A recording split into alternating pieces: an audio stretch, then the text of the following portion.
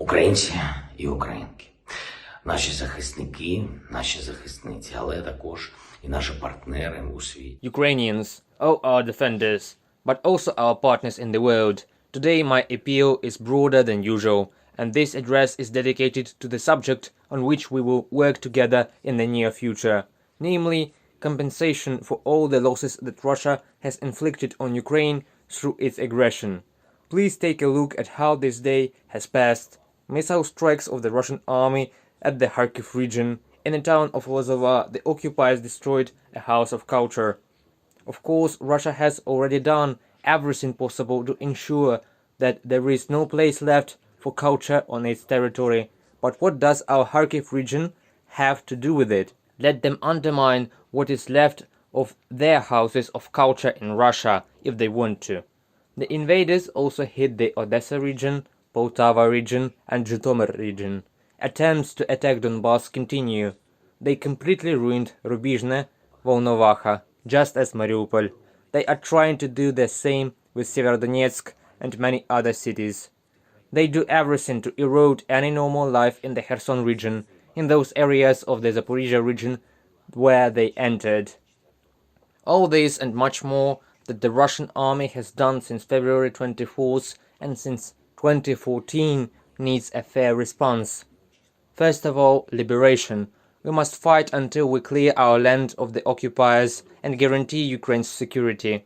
Secondly, it is the prosecution of all Russian war criminals in the Ukrainian courts, in the International Tribunal and just on the battlefield while the war continues.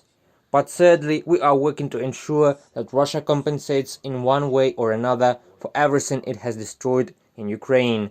Every burned house, every ruined school, ruined hospital, each blown-up house of culture and infrastructure facility, every destroyed enterprise, every shut-down business, every hryvnia lost by people, enterprises, communities and the state.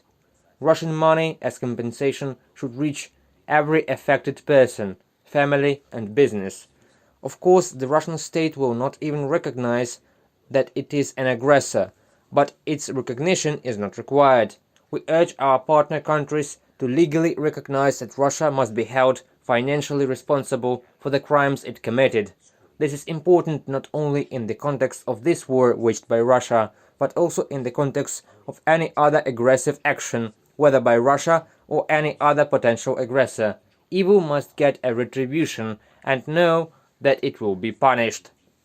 Therefore, we invite the partner countries to sign a multilateral agreement and create a mechanism through which each and everyone who has suffered from Russia's actions will be able to receive compensation for all losses. Under such an agreement, Russian funds and property under the jurisdiction of partner countries must be seized, frozen, and then confiscated and directed to a specially created fund from which all victims of Russian aggression can receive appropriate compensation. That would be fair, and Russia will feel the true weight of every missile, every bomb, every projectile it has fired at us. We invite our partners to become the founders of such a fund, as well as members of a special international commission that will consider lawsuits, i.e. appeals from both individuals and legal entities. It is clear that this task will not be easy, but in fact the debate has begun about the need for such compensation at the cost of Russian assets. The world is already talking about it, so we have to do it, and we are starting such a special dialogue with our partners to make the aggressor feel that the war is capable of inflicting maximum damage not on anyone else, but on the one who went with it to a neighbor. The world has seen that existing international organizations and instruments cannot cope with all the challenges. Therefore, it is necessary not only to use the opportunities that already exist, but also to offer new ones. It will be effective. I also spoke today about Russia's responsibility for this war with representatives of Ireland who visited Ukraine. The chairpersons of both houses of the Irish Parliament were in the capital. We had very meaningful talks with them. And one more thing. Today I definitely want to thank our people who do not stop fighting the occupation, and especially those who are now in a territory that is temporarily under the control of Russia, its army.